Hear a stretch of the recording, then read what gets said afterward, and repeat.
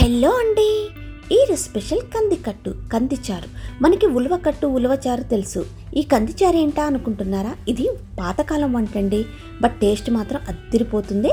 New born మామ్స్కి కంపల్సరీగా after C section తర్వాత ఇవ్వాల్సిన రెసిపీ.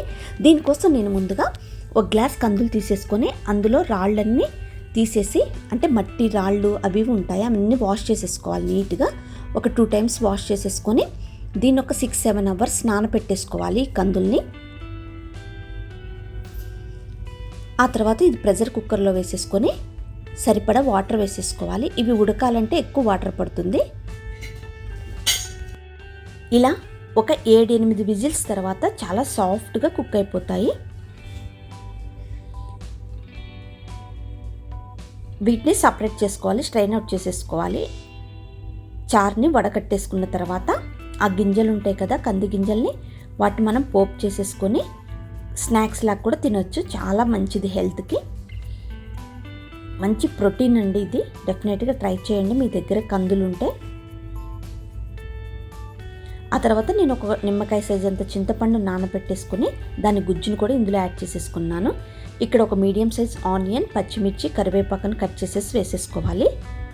ఆ తర్వాత 1 tablespoon జీలకర్ర, కొంచెం పసుపు వేసేసుకొని ఇందులో వెల్లిపాయ కారం అంటారు చూడు, అది వేసేసుకోవాలి. నార్మల్ కారం కంటే వెల్లుల్లి కారం వేసుకోవటం వల్ల ఈ చారుకి బాగా ఫ్లేవర్ వస్తుంది.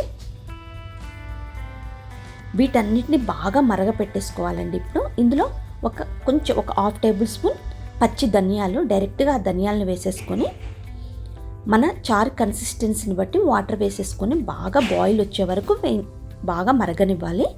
ఇది ఎంత మరిగితే చారు అంత టేస్టీగా ఉంటుంది, చాలా బాగుంటుంది.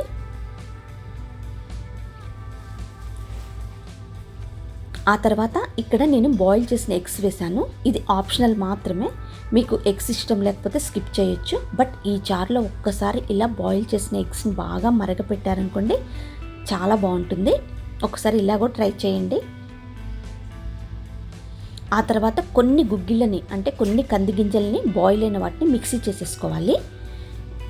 ఇలా మిక్సీ చేసేసుకొని ఈ పేస్ట్ని వేయటం వల్ల చారు కన్సిస్టెన్సీ కొంచెం థిక్గా ఉంటుంది, బాగుంటుంది ఫ్లేవర్ కూడా. ఇలా ఆ పేస్ట్ మొత్తం ఈ చారులో మిక్స్ అయ్యే విధంగా బాగా కలుపుకోవాలి. మీలో ఎవరికైనా కంది కట్టు తెలుసా అండి? ఇది ఎప్పుడైనా ట్రై చేశారా? ట్రై చేయకపోతే మాత్రం డెఫినెట్గా ట్రై చేయండి. ఇది పాతకాలం వంట. చిన్నప్పుడు మా నాయనమ్మ చేసేది, కావాలని అడిగి మరీ నేను చేయించుకొని తిన్నాను. నాకు బాగా నచ్చింది, అందుకే ఈ రెసిపీ మీతో షేర్ చేస్తున్నాను. అలా మొత్తం బాయిల్ అయ్యాక దీనికి పోపు పెట్టేసుకోవాలి.